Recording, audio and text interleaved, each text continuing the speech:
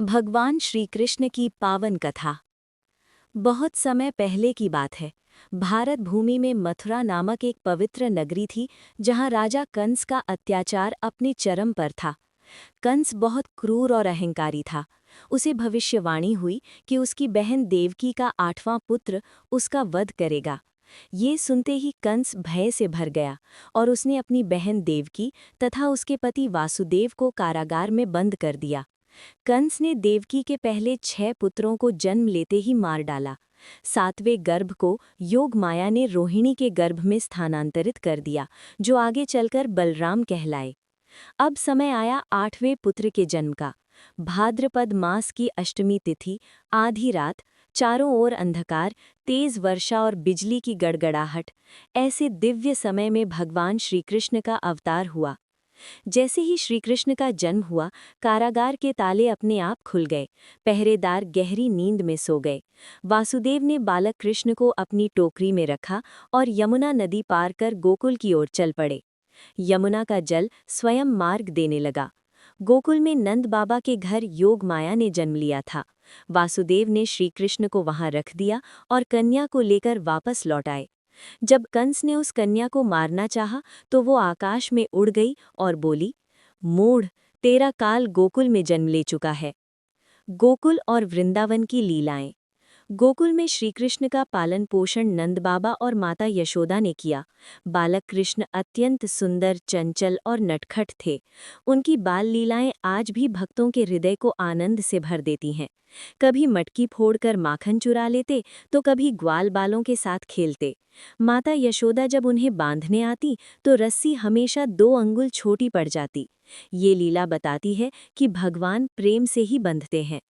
एक दिन पूतना नाम की राक्षसी ने विष लगाकर कृष्ण को मारने का प्रयास किया, परंतु भगवान ने उसका वध कर दिया। कालिया नाग, बकासुर, अघासुर जैसे कई राक्षसों का संहार करके श्रीकृष्ण ने गोकुल वासियों की रक्षा की। गोवर्धन लीला।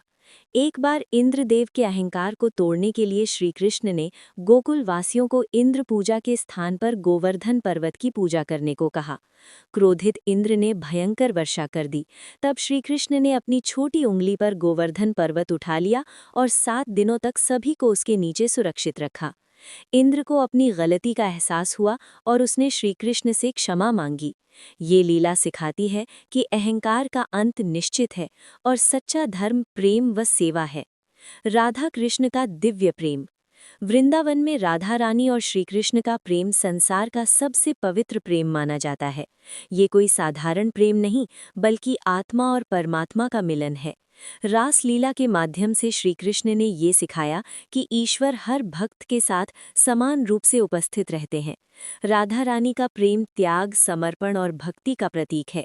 आज भी राधे राधे कहने से भक्तों के हृदय में शांति उतर आती है।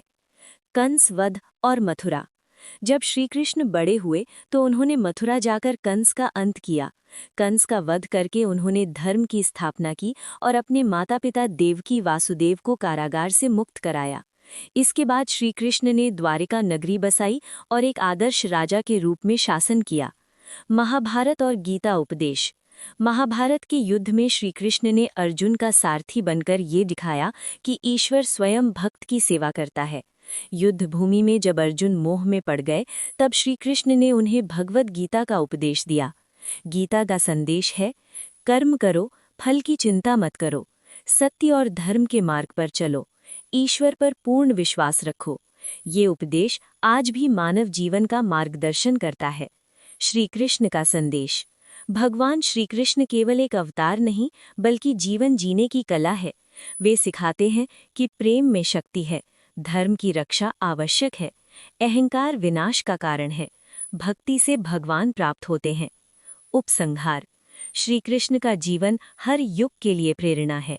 वे बालक रूप में माखन चोर हैं, युवा रूप में प्रेम के प्रतीक, राजा रूप में न्यायप्रिय और गीता उपदेशक के रूप में संपूर्ण मानवता के मार्गदर्शक हैं।